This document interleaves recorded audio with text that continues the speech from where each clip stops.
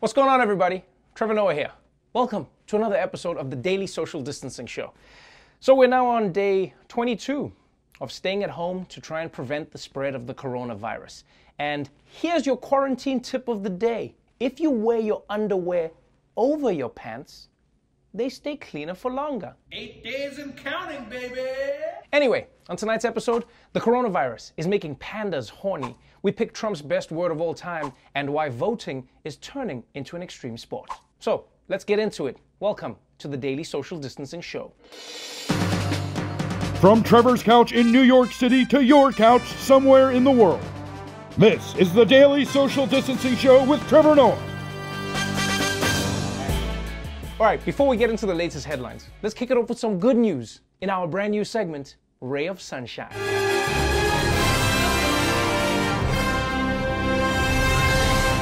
All right, first up is news out of India.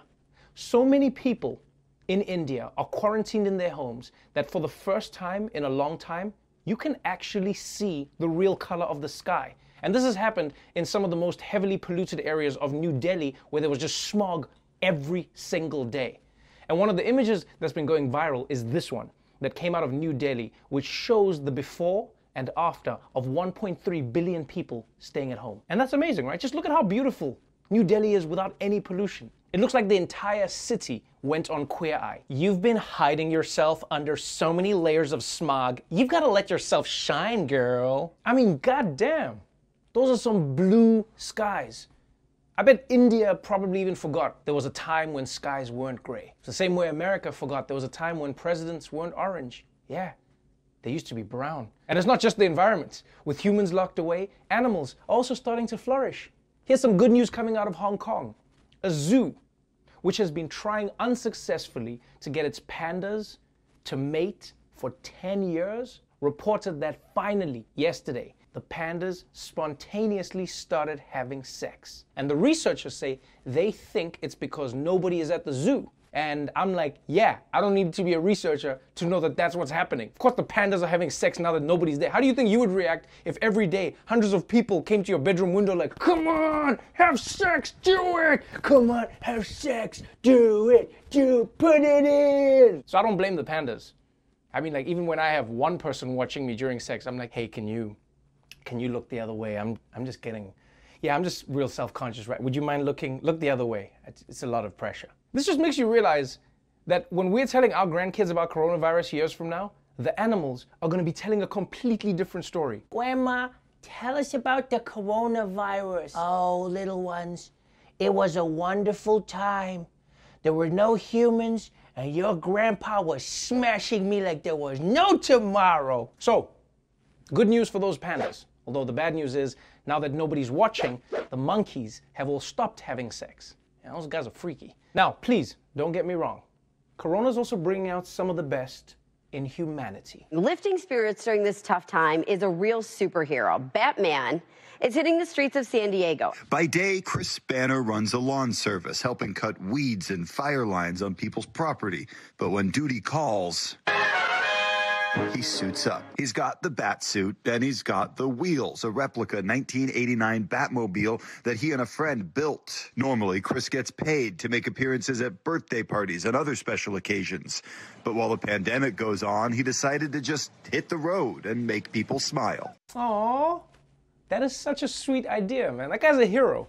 I just hope he never started talking like Batman, because that would have freaked people out. Yeah, it's Batman. That's right, kids. It's me. Whoa, is that coronavirus? Get away, dude, get away. No, this is just how I... Well, this is not the time. Just use your normal voice, man. What's wrong with you? Yeah, you're right. I should... Okay, go back to that voice. That one is not cool. All right, that's it for the good news.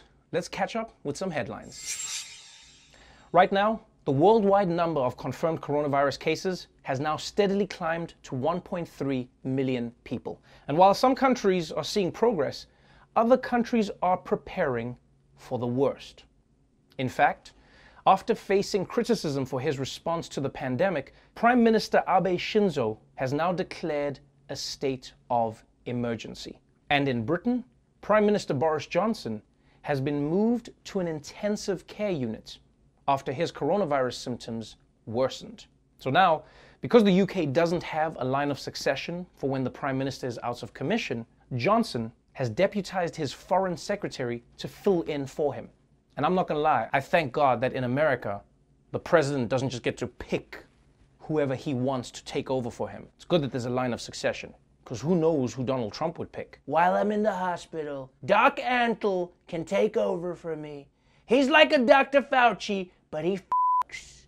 Oh, and speaking of President Trump, while the US is bracing for an explosion of new coronavirus infections, the White House is also bracing for more backlash. You see, they haven't been listening to coronavirus warnings that they've been receiving for months. Just today, Axios reported that Peter Navarro, Trump's trade advisor, wrote a memo back in January where he warned very accurately that if America didn't take immediate action to stop the coronavirus, it would break out in the United States and it would kill hundreds of thousands of people. And on top of that, he also predicted that it would destroy the economy. So Trump got warnings from the HHS, got warnings from his intelligence agencies, and even got warnings from his own economic advisors.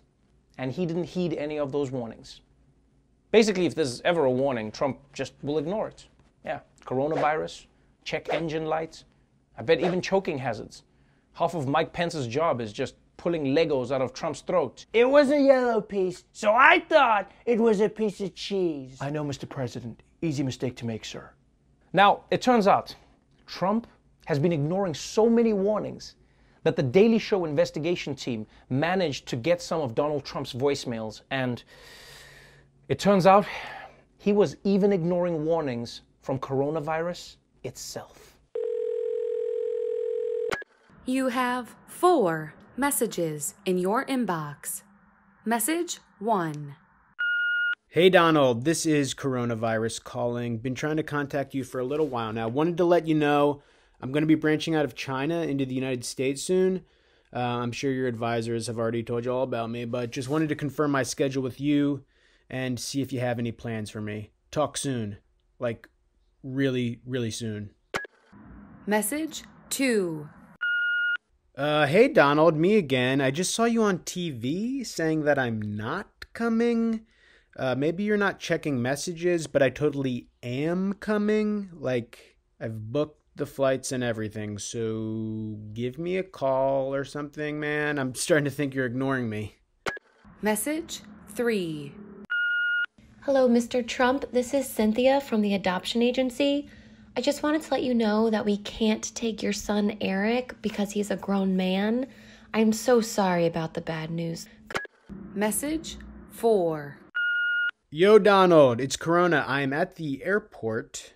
I thought you'd have someone here to meet me, but it doesn't seem like you've planned for my arrival. So I'm just going to hop into an Uber pool with some strangers and make my way into the city. Let me know your schedule. I'm pretty free. I'm just going to go to a party tonight, and then 20 parties tomorrow night, and then 400 parties the night after. So hit me up later, bro. Now, the big story today is voting. It's how America picks its leaders and its dances with the stars. And in the time of coronavirus, voting has gone from being a boring civic duty to a recipe for disaster. Crowds of people packed into a tight space, together, sharing pens, elderly poll workers. It's a coronavirus all-you-can-eat buffet. And that's all in addition to the usual dangers of voting, like getting your hand stuck in the ballot scanner. That's like a thing that happens for real. And it's because of that corona risk that many states around the country have decided to postpone their primary elections until later in the year. But Wisconsin is not one of those states, because today they held their primary elections as scheduled, which, as you can imagine, is a big problem, because not only were Wisconsinites forced to choose between their health and civic duty, but thanks to so many poll workers dropping out, the number of voting sites was slashed across the state. Yeah, especially in urban areas. For example, the number of polling locations in Milwaukee went from the usual 180 all the way down to just 5. 5 polling sites for a city of 600,000 people. And I'm sorry guys, those numbers just don't make sense. 600,000 people divided by 5? That's like we all know what that number is. The point is it's unfair to the voters. And when Wisconsin opened its polling locations this morning, you could immediately tell that having the election today was a really bad idea. We turn now to Wisconsin, where despite the state's stay-at-home order, the primary is underway today. And after a day of chaos and confusion surrounding the vote, folks are now casting their ballots in person, despite fears of spreading coronavirus. And already, there have been long lines at polling places, raising concerns about social distancing. There were people lined up around the side of the high school, around the corner, through the parking lot, and then into the road and sidewalk that extends beyond that school as well. Okay, seriously? This is just ridiculous. People standing around the block, huge numbers waiting to vote. During coronavirus, this is ridiculous. There are only two reasons people should be waiting in line for hours around a block. Either Baby Yoda is doing a meet and greet, or you're buying a pair of sneakers that are too nice to ever wear. And so you just put them in the back of your closet and you brag about having them, but nobody ever knows if it's true or not. That's what I do with my Jordan 5s. Clearly, this is not the ideal way to run an election, especially during a pandemic. So the obvious question is, why didn't Wisconsin delay their primary like all the other states did? Well, you see, it turns out Wisconsin's Democratic governor, Tony Evers, tried to delay the primary, and he tried to make it easier for people to vote by mail. But he was blocked by the Republican legislature. Now that doesn't make sense, right? Voting by mail might sound like a weird idea, but every state already allows it in some form. And not only that, 5 states conduct their elections entirely by mail. So many experts right now are arguing that the most responsible thing to do during coronavirus is just have everybody mail in their votes. Oh, and for my younger viewers, mail is when you have like a message and you send it to someone on a piece of paper. It's like a TikTok, but in an envelope. Yeah. Oh, and an envelope is like an app, but you open it physically, like with your hands. So the big question is, why are many Republicans in Wisconsin and around the country resisting efforts to make it easier to vote? Well, I mean, they're still giving their usual talking points about trying to prevent voter fraud. But recently, prominent Republican leaders have been slipping up and telling the truth. Donald Trump has said that if we voted by mail, Republicans would never win again. The things they had in there were crazy. They had things, levels of voting that if you ever agreed to it, you'd never have a Republican elected in this country again. The Speaker of the House in the state of Georgia has said the same thing, that they don't want more voter participation. This will be extremely devastating to Republicans and conservatives in Georgia. Every registered voter is going to get one of these. So, this is going to, this will certainly drive up turnout. Okay, this is insane, man. These Republicans are afraid that if more people get access to voting, they're going to lose elections. And so instead of just coming up with policies that are more popular, they'd rather just make it harder to vote. Basically, these Republicans believe in the free market for everything except themselves. I mean, think about it. If someone was getting bad scores at the Olympics, what would they do? They'd probably try and work harder and improve their routine. Yeah? But if Republicans were in that situation, they would just be like, why are you wasting your time? Just steal the judges' scorecards. Problem solved. I mean, for years, people have suspected it, but now Republicans are just saying it out loud. We don't want more people to vote because then we think we're gonna lose. Yeah. I don't know why they're saying it out loud. I mean, maybe it's coronavirus. Maybe it's being quarantined indoors. You lock people up inside for long enough and the truth comes out. Oh, I'll tell you what I really think of your cooking, Melinda. So, the battle around voting is shaping up to be one that will not only affect the primaries in the months to come, but also potentially the general election in November. Because coronavirus might go away in the summer, but just like pumpkin spice, it could make a comeback in the fall. And if some Republicans have their way with how all Americans can or cannot vote, then best believe those panda bears in Hong Kong won't be the only ones getting screwed.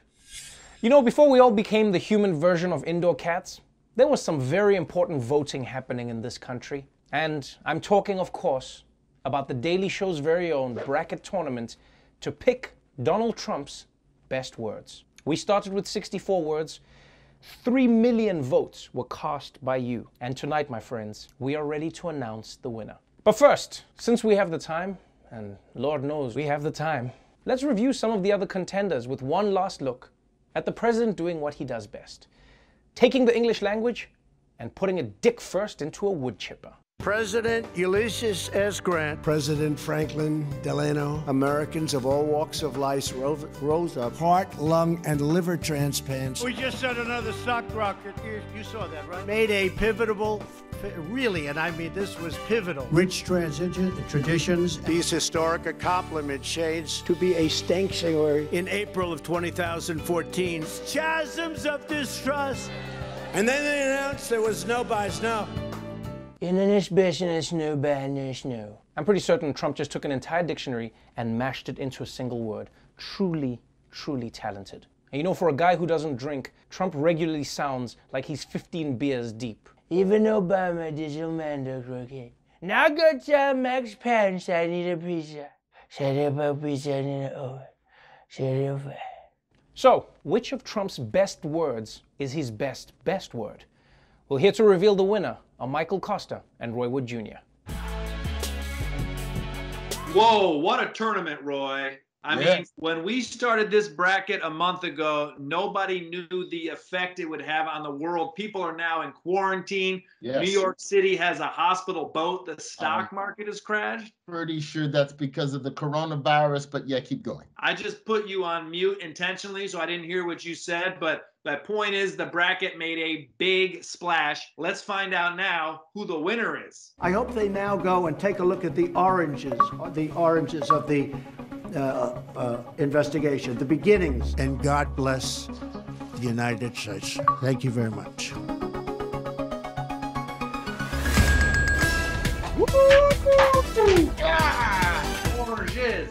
Oranges. And look at this very real confetti falling from our apartments at the same time, even though we're not in the same apartment. It's amazing. I'm going to glue it together and use it as toilet paper.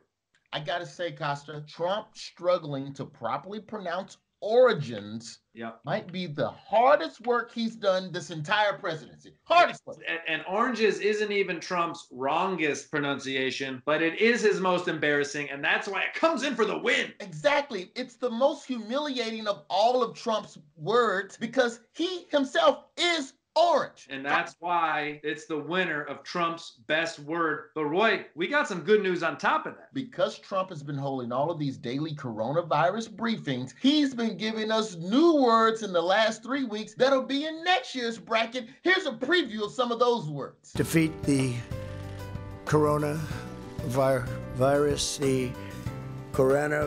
show you some of the latest, just the data to the highest level of activists.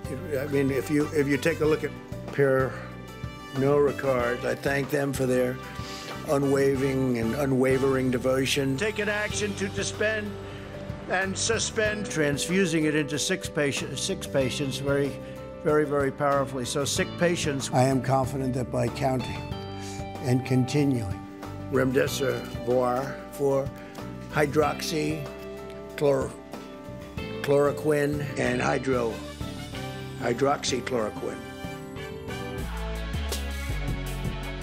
Roy Wood Jr. and Michael Costa, everyone. Coming up, I'll be talking Corona economics with Geeta Gopinath. So, stick around. Welcome back to the Daily Social Distancing Show. Earlier today, I got to speak with Geeta Gopinath, the chief economist at the International Monetary Fund, to find out what's going to happen to the world's economy if the coronavirus keeps everything shut down. Check it out. Geeta Gopinath, thank you so much for joining us. Welcome to the Daily Social Distancing Show. Thank you, Trevor. I'm just happy that you want to talk to an economist. I think economists are some of the people we need to speak to the most right now because money is going to be the second biggest loser, I guess, in coronavirus. Obviously, human life comes first, and then you have money, which people need to sustain themselves and survive. As the IMF, you lend money to countries, which means you can learn a lot about what countries are going through and what they need. What have you garnered, from your insights into what countries need right now? So the first thing I just want to flag, Trevor, is that we've had over 90 countries come to us to discuss financial assistance. And so this is unprecedented. It hasn't happened before. So it tells you the scale of the crisis that we're dealing with. And I think what we need to keep in mind is this crisis is very different from any others we've seen, the Great Depression, the Great Recession, which is the global financial crisis, and now this is the Great Lockdown that we're living through. So firstly, the shock is so unique. I mean, like you said, this is a human tragedy first. It's a health crisis. So this is not something that we're used to.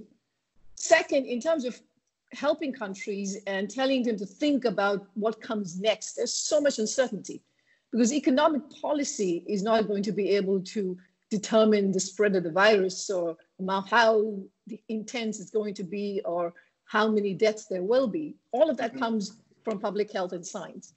And the third factor is that while in the past, if you lent a country money and you told them to spend it, that would stimulate activity. But this time around, we actually don't want people to go out and spend. We want them to stay at home. So this is about maintaining their economic system so that when this disease is under control, you can see a faster recovery. I know this may sound like a really stupid question, but is there a point where money just runs out? If very few people are working, if everything is shut down, if nobody is moving money around, earning money, spending money, is there a point where governments say we don't have, or what happens at that point? What is the tipping point that as an economist you're worried about? So this is a crisis where, given the scale of spending that we're seeing, we're going to see countries running very large fiscal deficits, with their debts to GDP going up quite substantially, with central banks putting in a lot of stimulus. Now, in theory, central banks can always put in as much stimulus as they want to. But that said, there are limits to what they can also do. But this is a real challenge that countries are grappling with. But that said, you have to think about the counterfactual, which is if you don't do what you're doing now, you could actually end up in a worse situation because the economic activity would collapse so severely that your debt to GDP would be even worse, right? So things could be worse if you didn't do what was needed right now. And I think that is something everybody recognizes at this point. Some people have argued that the economy could be put into a coma right now, and it's not in effect dead, because unlike the Great Depression and unlike the recession, as you said, there isn't, a real underlying cause in the same way. It's not, it's not a loophole in the market that's causing something, or it's not a failure in real estate that's happened. It's a strange thing that's affected the entire market, and some argue that means we can experience a huge jump afterwards where everything goes back to normal. Can that happen? And if so, how long would it take for that to happen? Great question, Trevor. So to answer the question of what comes next, I think besides economists and policymakers, it's going to depend a lot on what health experts tell us, right? Because it's not going to be possible to bring the economy back up to 100% if we don't get this particular virus under containment. So there's that huge piece that's there. Now, it is true that if all of this levels out and you're seeing some hopeful signs in some countries and you see some leveling off, then you can see a scenario where, activity resumes going forward. So in fact, our projection is that 2021 will be one of recovery. But there's so much uncertainty at this point. If the containment measures work, and this is not a very prolonged period, if people can get back to work much more quickly, then we can think about a rebound coming, and the policies that have been put in place, if they're effective, then we can see a rebound happening. So before I let you go, we're obviously talking about the economics of a health crisis that has affected every aspect of human life. Policymakers, as you've said many times, are going to be instrumental in deciding how governments respond and how nations are, in fact, going to be affected and how their people are affected. What is the advice you've given to leaders out there in how they figure out what to do with their economies? So the first advice we've given is that when it comes to matter of health, do whatever it takes, right? Do the spending that's needed to protect people's lives, to protect medical professionals, first responders, because that is the number one thing that countries need to care about at this time. Secondly, it is very important to make sure that people who are losing jobs can maintain a basic lifestyle so that they have the income to be able to feed themselves, to take care of their health. Basic services have to be provided to them. And it's very important to make sure that firms, the small and medium enterprises, have the resources that are needed so that they can stay alive, so that once we pass this phase, we can see a recovery happening much faster. Well, I hope they take your advice. Thank you so much for taking your time to explain some of this to us. And I hope that you're right, and I hope it happens sooner than later. Well, that's our show for today. Before we go, though, please remember, this is going to be a harrowing week for doctors, nurses, and first responders around the country. And you can help them protect themselves while they save lives. We need to help them get masks, gloves, and gowns that they need. So please, go to Thrive Global's First Responders First and donate whatever you can to help get PPE to the people saving our lives. And if you want to help in New York City specifically, please then go to the New York Mayor's Fund COVID-19 response, and you can help them out. Stay safe out there, wash your hands, remember to wipe from front to back, not side to side, and I'll see you again tomorrow. Now here it is, your moment of Zen. But I look at what's happening here today, and it really makes me proud that the people who run our elections are doing it professionally, but they're also doing it in a way that makes people as safe as they possibly can be. You can come to a polling place and do it safely. You have the ability to do curbside voting, just like they're doing here, even if it's in a different municipality without drive-up voting. You can request that the person come out, they'll deliver you a ballot, they'll check your ID. You are incredibly safe to go out.